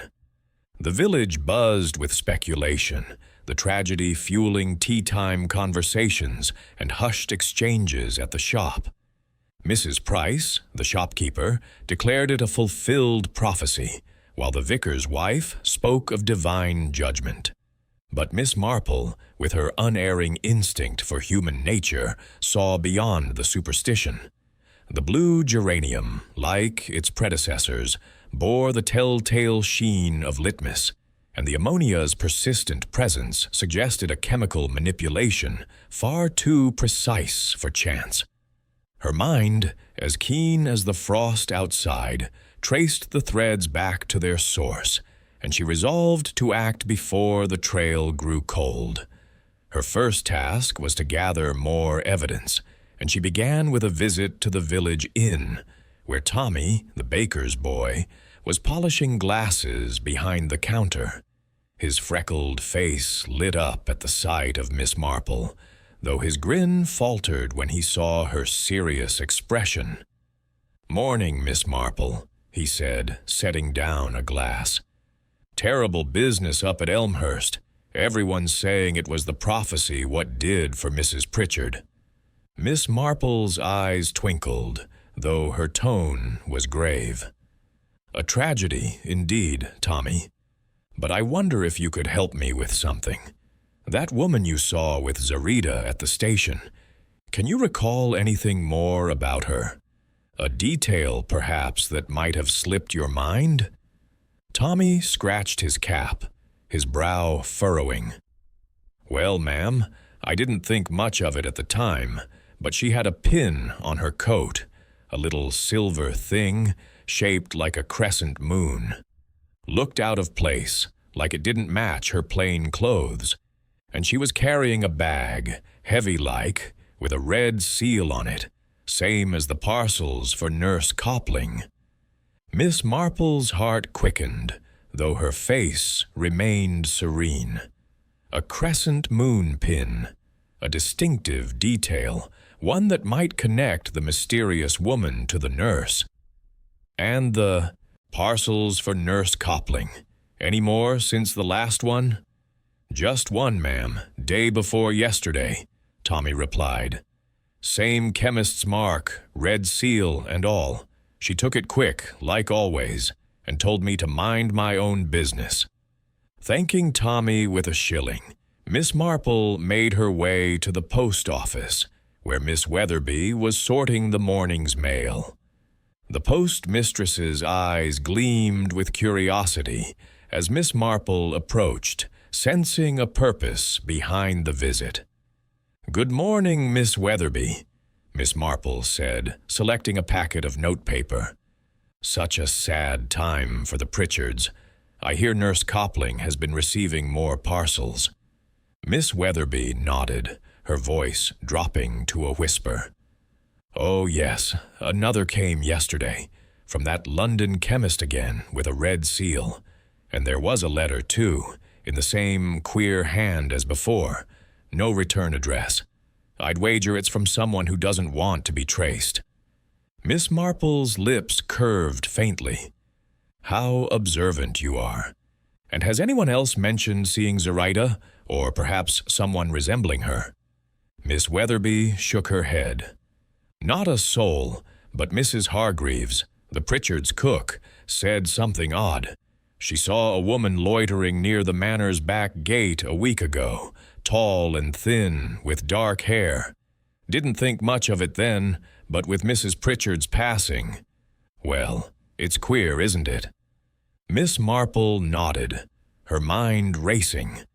The description matched Tommy's account of Zarita's companion, and the crescent moon pin was a clue too specific to ignore. She thanked Miss Weatherby and stepped into the crisp air, her thoughts turning to London. The chemist's parcels, the letter, the ammonia, they were the keys to unlocking the truth, and she resolved to investigate the source herself. At Elmhurst Manor, the household was cloaked in mourning. The drawing room, once a place of lively debates and afternoon teas, was now a somber gathering place, its heavy curtains drawn against the daylight. Colonel Pritchard sat in a high-backed chair, his face haggard, his hands clasped tightly, as if to anchor himself against his grief. Evelyn hovered nearby, her eyes red from crying, her usual poise replaced by a fragile uncertainty. Gladys, tasked with serving tea, moved with a nervous energy, her hands trembling as she set down the tray. Nurse Copling, ever the picture of efficiency, entered with a ledger, her expression composed. "Colonel, I've prepared the accounts for Mrs. Pritchard's care," she said, her voice steady. I'll be leaving tomorrow, unless you need me further." The colonel looked up, his eyes weary. "You've done your duty, nurse. We'll manage now. Evelyn, see to the arrangements for the funeral."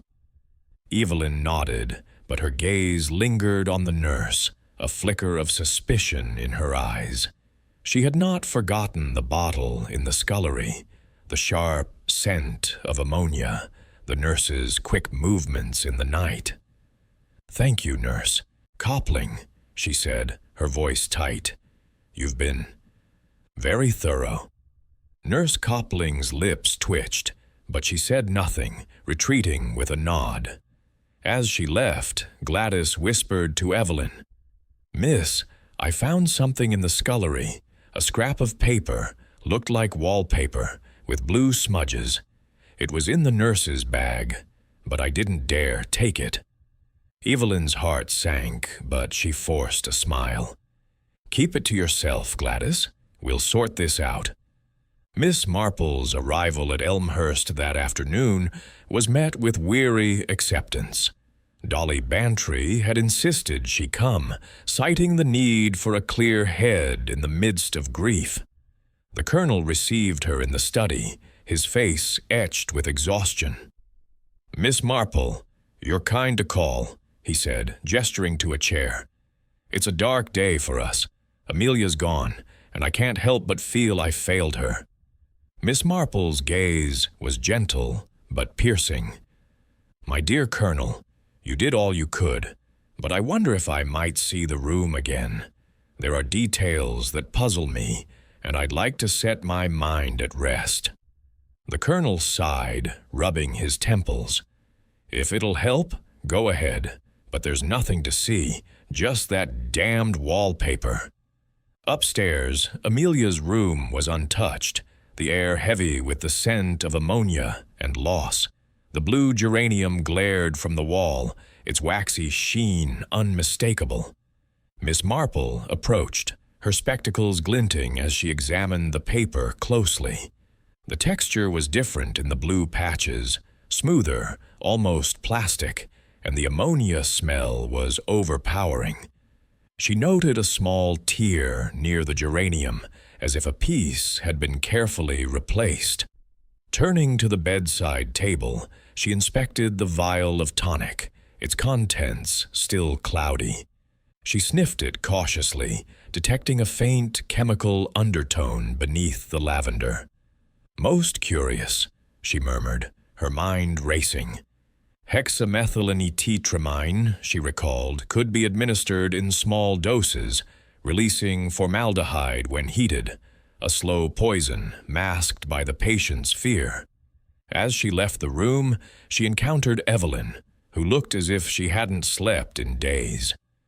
"Miss Marple, I'm glad you're here," Evelyn said, her voice low. "I found something. Gladys did, actually.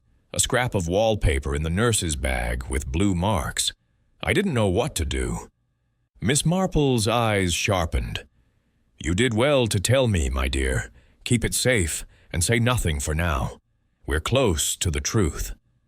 That evening, Miss Marple took the train to London, her pretext a visit to an old friend, though her true destination was the chemist's shop that had sent Nurse Copling's parcels. The shop, tucked in a narrow street off Charing Cross, was small but well-stocked, its shelves lined with bottles and jars. The chemist, a wiry man with a nervous tic, greeted her with polite curiosity. "I'm inquiring about some parcels sent to St. Mary Mead," Miss Marple said, her tone mild. "For a nurse, Mary, Copling, at Elmhurst Manor. I believe they came from here." The chemist's face tightened, but he nodded. "Yes, ma'am, we've sent a few, medicines mostly for a patient's heart condition, all prescribed by a doctor, mind you." Miss Marple smiled, her eyes keen. "Of course, and the contents, perhaps something with a red seal? I'm curious about the packaging." The chemist hesitated, then retrieved a ledger. "Let me see." Yes, several vials of hexamethylene sealed for safety, and some litmus paper, at her request, said it was for a medical experiment. Miss Marple's heart quickened, but her face remained serene. Litmus paper? How unusual. And was there a woman with her, perhaps, when she placed the order? The chemist frowned. Once, yes. Tall, dark-haired, wore a silver pin. A crescent moon, I think. Didn't say much, just watched. Thanking the chemist, Miss Marple left, her mind buzzing. Hexamethylene, litmus paper, a crescent moon pin. The pieces were falling into place. Nurse Copling and Zarita were connected, their scheme a deadly dance of manipulation and poison. Back in St. Mary Mead, the village was alight with rumors. At the inn, Miss Marple met with Inspector Slack, a brusque man who dismissed the prophecy as nonsense. "Heart failure, plain and simple," he said, sipping a pint. "No evidence of foul play, Miss Marple. You're chasing shadows." Miss Marple's smile was polite, but firm. "Shadows, Inspector, often hide the truth. I'd like to examine Nurse Copling's bag, with your permission. There may be evidence you've overlooked." Slack grunted, but agreed to accompany her to Elmhurst the next day. That night, Miss Marple sat by her fire, her notebook open. She wrote, "Nurse Copling, Zarita's accomplice. Litmus paper, ammonia, hexamethylene. Motive: inheritance or revenge. The Colonel's financial troubles, Evelyn's small legacy, the nurse's control. All pointed to a calculated plan, but the final thread eluded her. At Elmhurst, Evelyn sat in the library, a letter in her hand. It was from Amelia's solicitor, confirming a small inheritance, a modest sum, but enough to change her circumstances. She felt a pang of guilt, wondering if her presence had somehow hastened her aunt's decline. As she folded the letter, she heard a noise from the scullery, a clink of glass. Peering inside, she saw Nurse Copling, her back to the door, slipping a bottle into her bag. The crescent moon pin gleamed on her apron, and Evelyn's breath caught.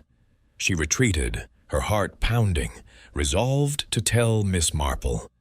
Miss Marple's mind was a whirl of connections as she prepared for the confrontation. The litmus paper, painted to match the wallpaper, had been treated with ammonia to turn blue, creating the illusion of a prophecy fulfilled. The tonics, laced with hexamethylene, had released formaldehyde in the heated room, weakening Amelia's heart, until fear and poison claimed her. But why? The inheritance was small, the Colonel's debts significant. Was it personal, or part of a larger scheme? She recalled a case from her youth, a nurse who had poisoned patients for profit, using fear to mask her crimes. This was more intricate, the prophecy a brilliant touch to deflect suspicion.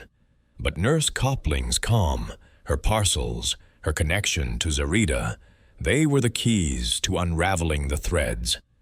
Miss Marple closed her notebook, her resolve firm.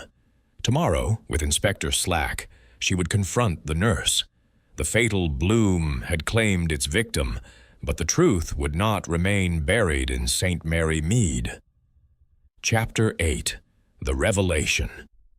The gathering in the drawing-room of Elmhurst Manor was a scene straight out of a Victorian melodrama. Yet the tension crackling in the air was all too real, a palpable force that pressed upon every occupant like an unseen hand. The heavy velvet curtains were drawn against the encroaching dusk of late October, casting the room in the flickering glow of a roaring fire and the steady light of several lamps. The mahogany furniture, polished to a gleam, seemed to absorb the shadows, while the faces of those assembled reflected a mosaic of emotions: grief, suspicion, curiosity, and, in one case, a carefully masked dread. Miss Jane Marple had insisted on this assembly, her mild request delivered through Dolly Bantry with an undercurrent of unyielding determination. Now, she sat in a high-backed armchair, her fluffy white hair catching the firelight, her knitting bag at her feet, though for once her needles remained untouched. Opposite her, Colonel George Pritchard slumped in his chair, his mustache drooping like a wilted banner, his eyes hollow from the dual blows of loss and bewilderment. Beside him, Evelyn Pritchard perched on the edge of a settee, her delicate features drawn tight, her hands folded in her lap with white-knuckled intensity. Gladys, the maid, hovered near the door, her round face pale and her apron twisted in anxious fingers. Mrs. Hargreaves, the stout cook, stood resolutely by the sideboard, arms crossed over her ample bosom, her expression one of staunch village solidarity. Nurse Mary Copling occupied a straight-backed chair near the window, her starched uniform impeccable, her gray eyes watchful beneath lowered lids. And Inspector Slack, summoned at Miss Marple's behest, paced the Persian rug with his customary impatience, his notebook at the ready, though he shot occasional skeptical glances at the elderly spinster who had commandeered this impromptu inquisition. The room fell silent as Miss Marple cleared her throat, her voice gentle yet commanding, cutting through the hush like a well-honed blade. "Thank you all for coming," she began, her blue eyes sweeping the assembly with a deceptive mildness. "I know this is a time of profound sorrow, but it is also a time for truth. Mrs. Amelia Pritchard did not die of fear alone, nor of a weak heart, burdened by superstition. She was murdered, deliberately, cunningly, and with a cruelty that exploited her deepest vulnerabilities." Gasps rippled through the room. The colonel half rose from his chair, his face flushing. "Murdered? Miss Marple, that's preposterous. The doctor said heart failure. Dr. Haydock himself." Evelyn's hand flew to her mouth, her eyes wide with horror. "But who? Why?" Nurse Copling remained motionless, though a faint tightening of her jaw betrayed her tension. Inspector Slack stopped pacing, his interest piqued despite his skepticism. "Evidence, Miss Marple," he barked. "You can't throw around accusations without proof." Miss Marple's smile was serene, her gaze steady. "Oh, I have proof, Inspector. Clues gathered like threads in a tangled skein, now woven into a clear pattern. Let us begin at the start, with the fortune-teller Zarita and her ominous prophecy. Beware the blue primrose. Warning, the blue hollyhock. Danger, the blue geranium. Death." Mrs. Pritchard, being of a superstitious nature, was primed for terror, but the real horror lay not in the stars, but in human malice. She paused, letting the words sink in, her eyes drifting to the fire, as if drawing strength from its flames. The wallpaper in Mrs. Pritchard's room was no ordinary canvas. Its garish flowers, primroses, hollyhocks, geraniums, became the stage for a deadly illusion. One by one, they turned blue, fulfilling Zarita's warning and driving Mrs. Pritchard to the brink. But this was no supernatural shift. It was chemistry, pure and simple. Litmus paper, cleverly disguised and inserted into the wallpaper, reacting to ammonia fumes to produce that eerie blue hue. Gladys let out a small cry, her hands flying to her cheeks. "Litmus paper, like in school experiments?" "Precisely, Gladys," Miss Marple replied, nodding approvingly. The blue patches had a distinct sheen, a waxy texture that set them apart from the original paper. And the ammonia. Oh, that sharp, persistent scent I detected in the hall and the bedroom. It was no cleaning agent, but the catalyst for the color change applied under the guise of routine housekeeping. The colonel leaned forward, his brows knitting. But who would do such a thing, and to what end? Miss Marple's gaze turned to Nurse Copling, who met it with cool composure. The changes occurred gradually, each one heightening Mrs. Pritchard's fear, weakening her resolve and her health. But fear alone does not kill, at least not so swiftly. No, there was poison at work, subtle and insidious, administered in the very tonics meant to heal her. Evelyn gasped, her face draining of color. The tonics? But Nurse Copling prepared them. Indeed, Miss Marple said softly, her voice carrying a note of regret. Hexamethylenetetramine, a compound that, when ingested and exposed to heat, releases formaldehyde gas. Mrs. Pritchard's room was always kept warm, the heater glowing steadily to ward off her chills. The poison built up over time, eroding her heart until the final shock, the blue geranium, proved fatal. The doctor saw heart failure, but it was murder masked as natural decline. Inspector Slack's notebook flipped open, his pen scratching furiously. Hexa what? How do you know this? Miss Marple's eyes twinkled faintly. A visit to the chemist in London, Inspector. The parcels Nurse Copling received, vials of hexamethylenetetramine and sheets of litmus paper, sealed with a distinctive red mark. The chemist remembered her well, and the companion who accompanied her on one occasion, a tall, dark-haired woman with a silver crescent moon pin. Nurse Copling's composure cracked ever so slightly, her hands clenching in her lap. This is absurd. I ordered medicines for Mrs. Pritchard's care, nothing more. Ah, but the pin, Miss Marple continued, her voice gaining strength. Tommy, the baker's boy, saw it on the woman who accompanied Zarita to the station after the fete. And Evelyn, you saw it too, on Nurse Copling's apron last night, gleaming in the scullery light as she slipped a bottle into her bag. Evelyn nodded vigorously, her voice trembling. Yes, I didn't realize until now. It was the same pin.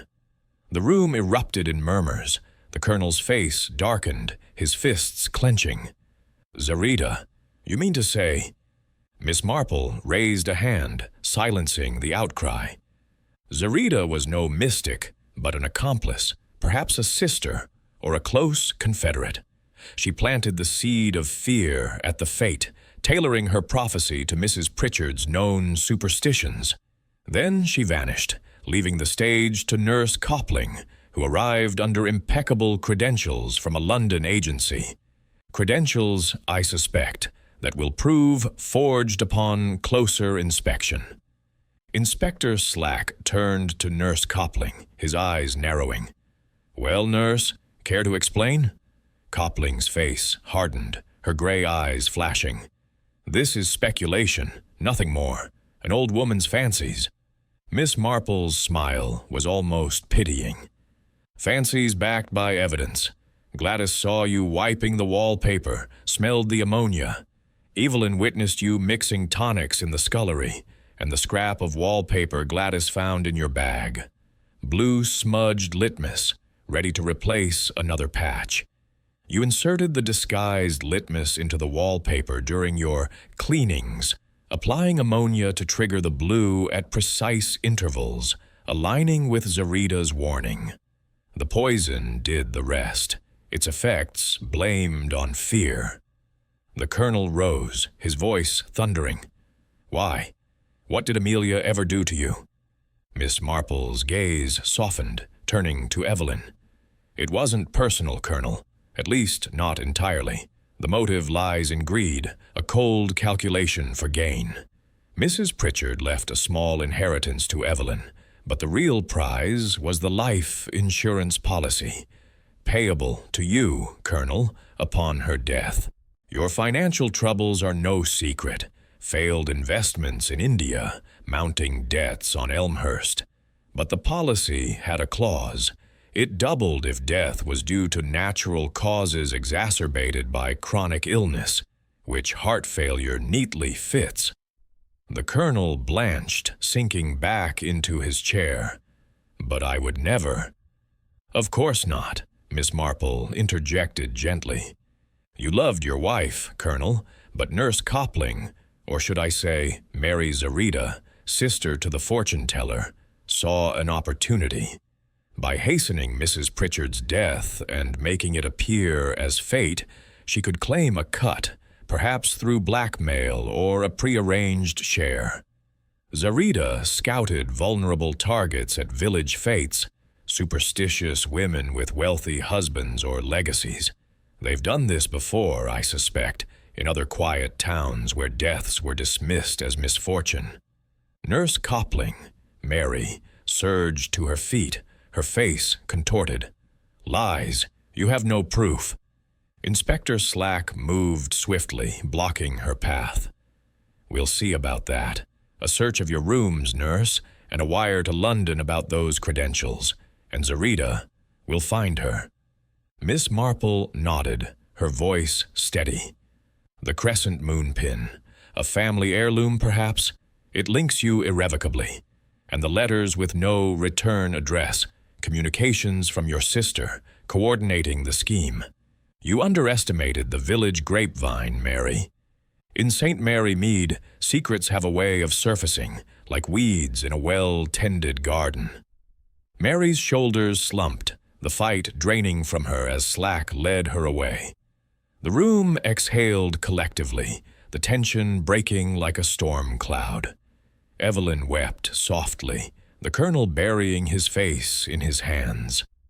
Gladys and Mrs. Hargreaves exchanged wide-eyed glances, the weight of revelation settling over them. As the inspector departed with his prisoner, promising a full investigation, Miss Marple rose, gathering her knitting bag. "Human nature, my dears," she said softly, her eyes kind. "So predictable, yet so endlessly surprising. Greed twists even the most efficient minds into knots. But truth, like a good stitch, holds firm." Outside, the frost glittered under the stars, and St. Mary Mead began to heal, its secrets laid bare by an unassuming spinster with a penchant for puzzles.